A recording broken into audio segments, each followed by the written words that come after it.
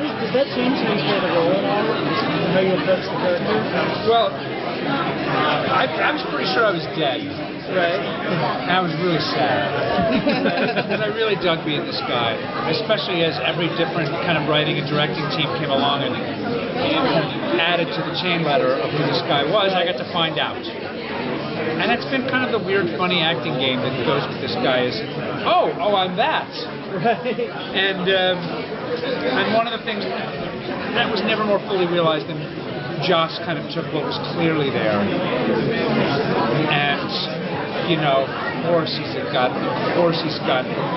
cards. Of course he's got a monstrous, embarrassing man crush on Captain America. Right. That was my favorite part of it. The whole, it all yeah, makes that sense. was great. Of course he does.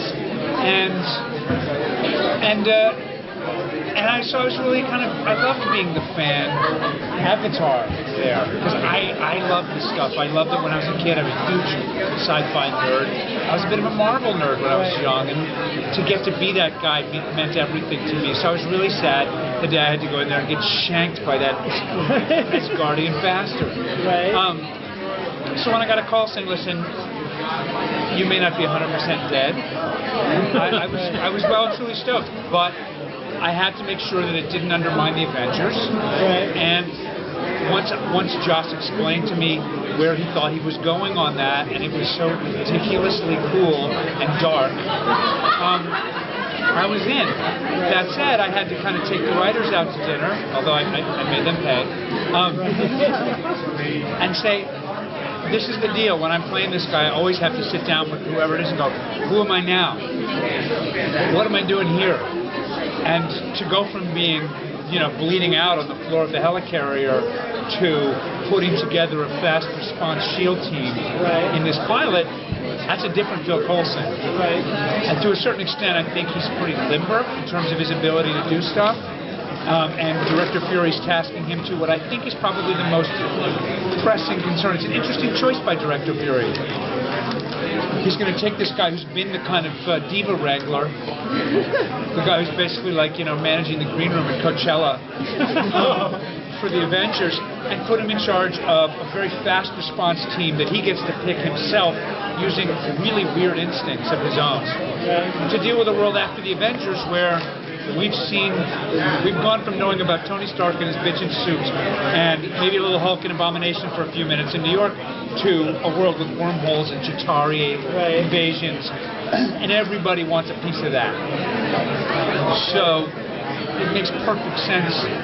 You get to keep the spectacle of those movies but put it in a smaller human context as represented by Coulson in the movies, the people who can bleed. And that's a perfect recipe for a TV show. When I got the second script, I thought it was going to be a bunch of S.H.I.E.L.D. agents trapped in an elevator because there wouldn't be any money left after the pilot. So when I got that, and if anything, it's more spectacle. If I survive a season of this, it's going to be really amazing to see.